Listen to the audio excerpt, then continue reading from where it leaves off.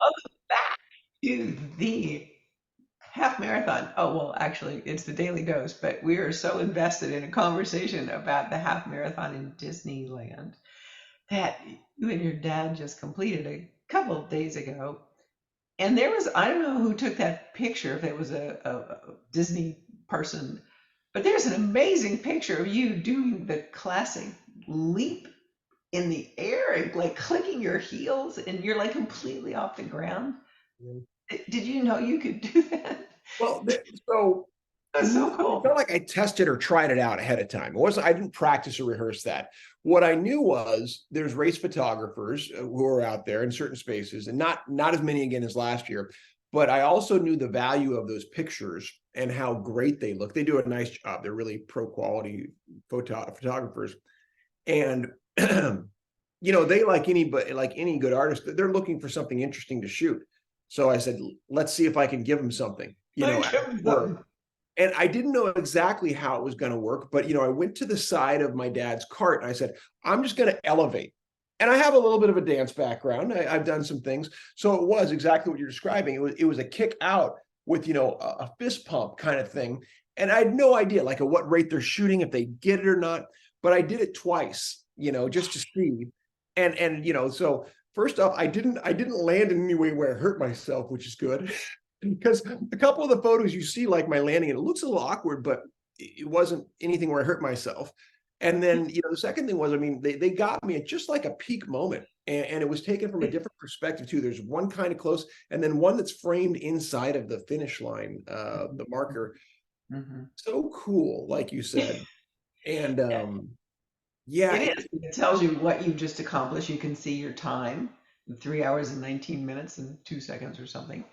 And and you're up completely off the ground. That was just and, terrific. and the energy of the moment was great. I mean, honestly, it's like if I was forced to keep going at that point, I at least at that moment felt good. I wasn't like dying at the end of 26-2. I was like, I am done. I was in pain.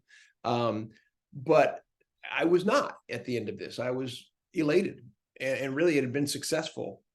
And Yeah. So you had endorphins and stuff keeping you up, and you had Chris and Julie, and well, you yeah, had and not only help. that, but this is where Disney gets huge credit again. That in steps this Disney employee named Tim, who just sees me and goes and just, hi, how you doing? I was like, oh, hey. And in my mind, I'm like, oh geez, did I screw something up? Am I gonna get thrown out after the race or whatever? Guilty conscience for what reason I don't Really? know, but I have that. And he says, he's like, oh no, just come with me. I want to make sure you get everything. And he guided me through all the post stuff to make sure we got a medal, both medals, that we got bananas and recovery drinks and everything, the food that was offered to us. He made sure we had it and just, okay, do you need this? Do you need this? And got us all the way to the ADA tent, walking through people and clearing paths for us and everything. And that was it. He just wanted to So make sure. And I was like, you are a sweetheart of a man. And we got a picture with him that I'm very happy with. And yeah. yeah, and that's where Chris and Julie were, which was great. And they Unlike kind of had last your year. they had your experience that you and my mom had where they were cheering and stuff, and I had no idea. Yeah. Oh So they well. have video going, yeah, hey. And I couldn't hear them. Right. But having them there was amazing. And and the elation was met by kind of a little disappointment that mom wasn't there. Last year she rallied, and I got one of my favorite hugs of my life. She was so excited to have dad and I cross and was so on it. And this year she couldn't get out of bed. And so Chris and Julie were there, and it was great to see them. And there was a piece of me that was a little sad, and I know it was a piece of dad that was a little sad because he really wants his wife there for that. And so it was bittersweet. And you Probably a know piece of mom that was a little sad too. yeah, oh It's yeah. across the board. And one of the differences too this year was, we got park tickets on purpose, and we're going into the park afterward. Where last year, we went the day before. Mhm. This year we said we're going in, and we did. We rolled right in because it was just about time for the park to open.